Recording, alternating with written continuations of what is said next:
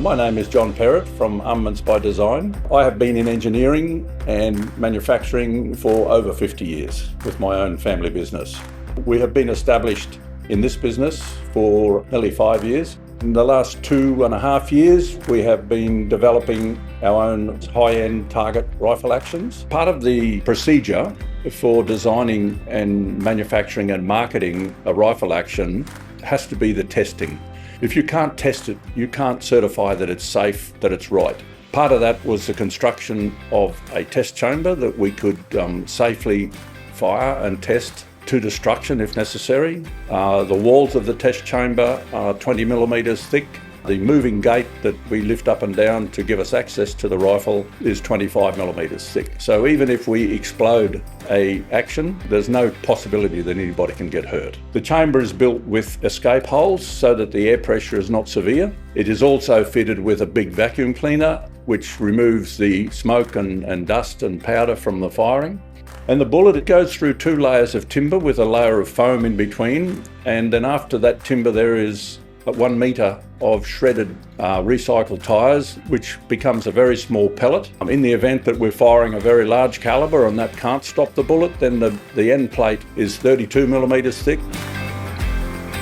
The test procedure is purely to see if we can damage or destroy or find any weak points in the actions. We have actually tested both our actions now to 140,000 psi, and the two-lug action we've actually taken to just on 202,000 psi chamber pressure. The test procedure we use is to start off with what we would call normal loads for the particular cartridge. In the case of the test procedure shown in this video, that's a 6mm PPC.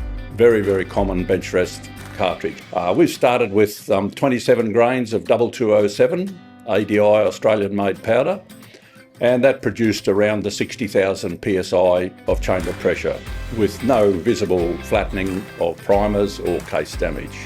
We then load as much powder as we can into the 6 ppc case, which is 30 grains of 2207, and that becomes a compressed load because the powder is right up to the top of the neck. That produced reasonably higher figures, but still not enough to satisfy our desire to prove the action. So we then switched to a faster powder. This powder is 2205, which is designed for very small bullets. We go back to 25 grains of 2205 and we produce pressures a bit lower than the 30 grains of the 2207. We then step the load up 1 grain at a time until we get up to 28 grains of 2205, and that's producing our 150,000 psi. We did fire 2 shots with 29 grains of 2205, and they were the shots that produced 200,000 psi. I'm very interested in designing and manufacturing products in Australia that we have had to buy from overseas, mainly from America and Europe. It's just something I've wanted to do for a very long time, and I'm now at that stage in my life where I'm doing it regardless.